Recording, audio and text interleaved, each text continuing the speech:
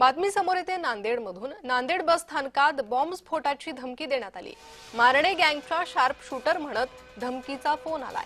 अंबाजोगाईमधून phone करणाऱ्या आरोपीला अटक करण्यात आली आहे। मारणे गँगचा शार्प शूटर म्हणत हा धमकीचा फोन आला होता। तर अंबाजोगाईमधून फोन करणाऱ्या आरोपीला अटक करण्यात आलेली आहे। नांदेड बस स्थानकात बॉम्बस्फोटाची धमकी मिळाली होती।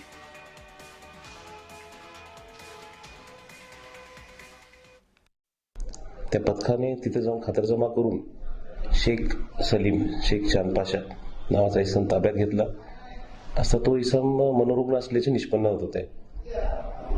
तरी मनोरुग्ण आहे किंवा नाही हे खातरजमा आणखी होणारच आहे। तरी त्याच्यात केलेले कृत्य ही एखादी दहशत पसरवण्यासाठी वेगळं कृत्य आहे। त्याच्यामुळे वजिराबाद पोलीस स्टेशनमध्ये 100/2026 हा गुन्हा दाखल करण्यात आलेला आहे आणि सदर इसमास ताब्यात घेऊन त्याला अटकेची कारवाई चालू आहे।